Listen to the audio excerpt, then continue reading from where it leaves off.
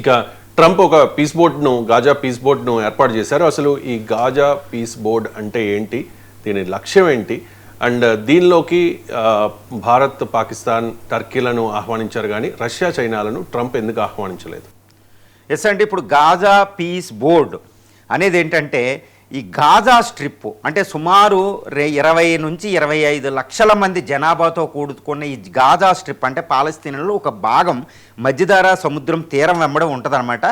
ఈ Gaza strip మీద ఈ గాజా వార్ ఇది 2023 అక్టోబర్ 7 నుండి 2025 అక్టోబర్ 25 అంటే సుమారు పూర్తిగా 2 సంవత్సరాల పాటు ఇజ్రాయెల్ ఒక మోడర్న్ ఆర్మీ ఈ గాజాని సర్వనాశనం చేసిందండి. ఎందుకంటే గాజా వార్ అని మనం పిలుస్తాం ఈ 2 సంవత్సరాల వార్ని. ఈ వార్లో గాజాలో మొత్తం 98% వ్యవసాయ భూమిని నాశనం చేసింది.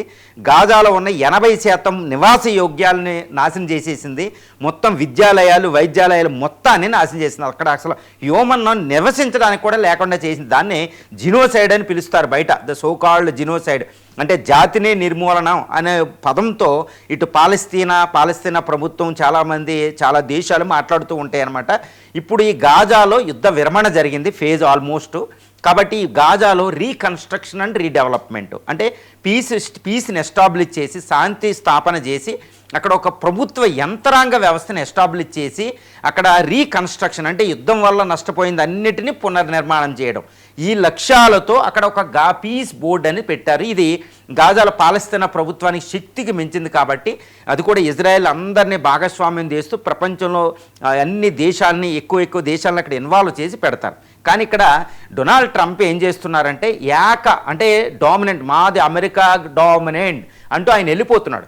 ఈ గాజా పీస్ బోర్డుకి United nations security council resolution 2803 ప్రకారం పెట్టాలి, కానీ యుఎన్ఓ ఆధ్వర్యంలో ఉండాలి. కానీ ఆయన డొనాల్డ్ ట్రంపే వైట్ హౌస్లో కూర్చుని అనౌన్స్ చేశారు ఈ గాజా పీస్ బోర్డ్ అని. నేనే దానికి చైర్మన్, మిగిలిన కంట్రీలు ఇందులో ఉండండి, దీనికి చైర్మన్ నేనే ఫండ్స్ ఖర్చు పెడతా, ఎవరని మెంబర్షిప్ కావాల్సిన బయటకు పోవాల్సిన అది నాది సర్వాధికారం అంటూ ఆయన గాజా పీస్ బోర్డు పెట్టారు. ఇందులో రష్యా, చైనాలకు భాగస్వామ్యం లేదు, ఇరాన్కి భాగస్వామ్యం లేదు. ఏదో పాకిస్తాను గుర్తుపెట్టుకోవాలి, పాకిస్తాను, టర్కీ లాంటి ఫెయిల్డ్ స్టేట్స్ని అక్కడ ఆహ్వానించారు. ఒకవేళ టర్కీ అంత ఫెయిల్డ్ స్టేట్ కాకపోయినా అది కూడా ఈ టెర్రరిజాన్ని పోషించేదే. మరి పాకిస్తాన్ ఆయన ఎందుకు పెట్టారు అంటే ఆయన కావాల్సిన వాళ్ళు పెట్టుకున్నాడు. ఆయన కావాల్సిన వాళ్ళు పెట్టుకుంటే మిగిలిన దేశాలు వెళ్తాయా? ఇప్పుడు ఇజ్రాయెల్కి అసలు పాకిస్తాన్ అంటేనే కుదరదు. అసలు భారతదేశానికంటే అతిపెద్ద శత్రువు పాకిస్తాన్ ఇజ్రాయెల్ కండి.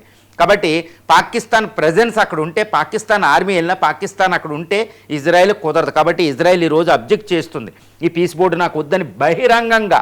మరి మామూలు కాదండి, it Israel refutes this Gaza peace board as announced by Donald Trump. అక్కడ డొనాల్డ్ ట్రంప్ పెట్టింది బహిరంగంగా తిరస్కరించేసింది. ఎందుకంటే ఇండియాని ఆహ్వానించారు, ఇండియా వెళ్ళొద్దా లేదని ఇంకా తెలియదు, కానీ ఇండియా తప్పనిసరిగా వెళుతుంది. ఎందుకంటే పాలస్తీనా అనేది మనకు రీజన్ మనకు ఒక ప్రిన్సిపల్ అనమాట. విదేశాంగ విధానంలో నెహ్రూ నుండి వస్తున్న ఒకటి ఏంటంటే ఇజ్రాయెల్తో రిలేషన్ ఉన్న అటు పాలస్తీనాను కూడా మనం సపోర్ట్ చేస్తాం. ఈవెన్ మోడీ గారు కూడా దాన్ని పునరుద్ఘాటించారు. కాబట్టి మనం వెళతాం. కానీ అక్కడ చైనా, రష్యాలు లేకుండా పీస్ అనేది సాధ్యమా? ఇంపాసిబుల్ అండి. ఎందుకంటే చైనా, రష్యాలు దూరంగా ఉన్న వాటి ప్రాబల్యం అక్కడ ఉంది. కాబట్టి అవి లేకపోతే అది ఫెయిల్ అవుతుంది. 2 ఇజ్రాయెల్ అసంతృప్తిగా ఉంది. కాబట్టి ఇజ్రాయెలే లేకుండా అసలు గాజాలో పీస్ ఏంటి? ఇజ్రాయెల్ యుద్ధం చేస్తూనే ఉంటుంది, ఏదో పరోక్షంగానో ఏదో ఒక వంక పెట్టి. అందువల్ల ఇజ్రాయెల్ లేకపోతే అది వర్కౌట్ అవ్వదండి. తర్వాత పాకిస్తాన్ ఇవన్నీ ఉన్నాయంటే ఎంటైర్ ఇస్లామిక్ నాటో దేశాలు ఉన్నట్టు అనమాట. ఈ ఇస్లామిక్ ముఖ్యంగా మళ్ళీ ఇక్కడ ఇరాన్ లేదు.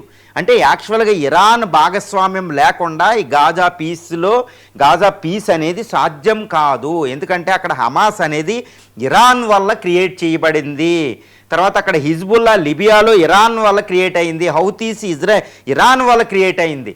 అందువల్ల పాలస్తీనా అంతా ఇరాన్ చెప్పినట్టు వింటారండి. కాబట్టి ఇరాన్ అనే భాగస్వామ్యం లేకుండా పీస్ ఏంటి? డొనాల్డ్ ట్రంప్ తీసుకున్న అతి దారుణమైన నిర్ణయం అనమాట. ఇది యునైటెడ్ నేషన్స్ ఆర్గనైజేషన్, ఐక్యరాజ్య సమితి ఆధ్వర్యంలో యుఎన్ సెక్యూరిటీ కౌన్సిల్లో ఉన్న పర్మనెంట్ మెంబర్స్ని తీసుకుని, ఇంకా ఇండియా, చైనా, రష్యా ఇలాంటి పెద్ద పెద్ద దేశాలను తీసుకుని అక్కడ చక్కగా ఇటు ఇరాన్ భాగస్వామ్యం తీసుకుని, ఎందుకంటే పీస్ అంటే కాదు అందు ఇరాను, కాబట్టి పీస్ అంటే తప్పనిసరిగా నామమాత్రంగానైనా రావాలి. ఇరాన్ తీసుకుని ఇజ్రాయెల్ ఏది అంటే ఇజ్రాయెల్ అంగీకారం లేకుండా, అంటే without the consent of the Israel no peace is possible in Gaza. అది ట్రంప్ గ్రహించలేదు. కాబట్టి గాజా పీస్ అనేది ఒక వ్యాపారంగా ఆయన చూస్తున్నాడు అనమాట. కంపెనీలు కాంట్రాక్ట్లు ఇచ్చుకోవడం, ఆయన అల్లుడిని పెట్టుకోవడం, ఆయన అల్లుడితో పనేంటి కాంట్రాక్టులు పెట్టుకోవడం, పాకిస్తాన్ అసిముండి నుంచి లంచాలు తీసుకోవడం, ఇది రేర్ ఎర్త్ మినరల్ అనేవి అమెరికా స్వప్రయోజనాల కోసం గాజాను మాట్లాడుతున్నాడు. కాబట్టి అది వర్కౌట్ అవ్వదు. గాజా పీస్ బోర్డుని ఇజ్రాయేలే తిరస్కరిస్తే అది భారతదేశం కోసం తిరస్కరించినట్టయింది. కాబట్టి ఎట్టి పరిస్థితుల్లో కూడా గాజా పీస్ బోర్డులో గాజాలో పీస్ అనేది కుదరదు. పైగా ఇంకోటి ఏంటంటే హమాస్ పాలస్తీనా కూడా డొనాల్డ్ ట్రంప్ను అనుమానంగా చూస్తుంది. It is still skeptical about the Trump policy and Trump main principal objective అనమాట. ఎందుకంటే అక్కడ ఆయన అదొక టైప్ చేస్తున్నాడు, ఎప్పుడు ఇజ్రాయెల్కి సపోర్ట్గా ఉంటాడు. కాబట్టి హమాస్ ఆయన్ని అంగీకరించదు. కాబట్టి ఇంకా అక్కడ హోస్టేజెస్ అంటే కిడ్నాప్ చేసిన వ్యక్తులు ఇంకా అది రిలీజ్ చేయలేదండి చాలా వరకే. కాబట్టి ఈ గాజా పీస్ బోర్డు అనేది భారతదేశం, రష్యా, చైనా ఇలాంటి పెద్ద పెద్ద దేశాలు, అది ఇరాన్ లేకుండా అసాధ్యం. కాబట్టి ట్రంప్ తన ప్రాబల్యానికి అమెరికా ఇంట్రెస్ట్ కోసం పెట్టుకున్నట్టయింది. కాబట్టి అది failed. It dooms to be failed అనమాట.